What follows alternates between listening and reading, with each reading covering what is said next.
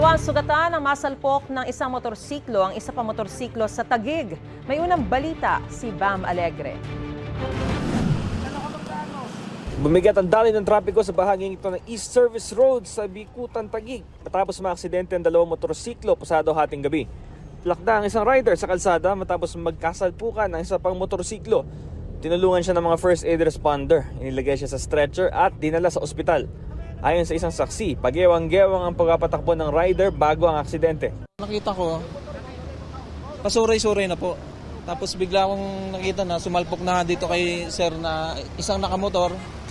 So, nakita ko yung pangyayari. Pagsalpok, medyo yung driver po nitong bumangga.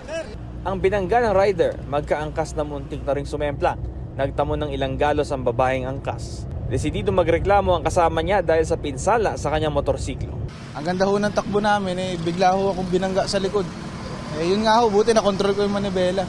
Kaya nakaligtas kami. Hindi ko alam sir, tinakbo na po dun . Yung sabi, nakainom daw. Yun nga sir may galos kasi yung motor ko kasi hindi naman pwede lagi kami yung sasagot ng ganun sa kamalian.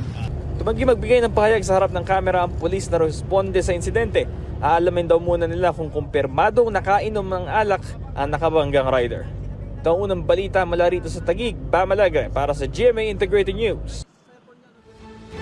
Mga kapuso, para una ka sa mga balita, mag-subscribe sa GMA Integrated News sa YouTube. Sa mga kapuso abroad, subaybayan niyo po kami sa GMA Pinoy TV at sa www.gmanews.tv.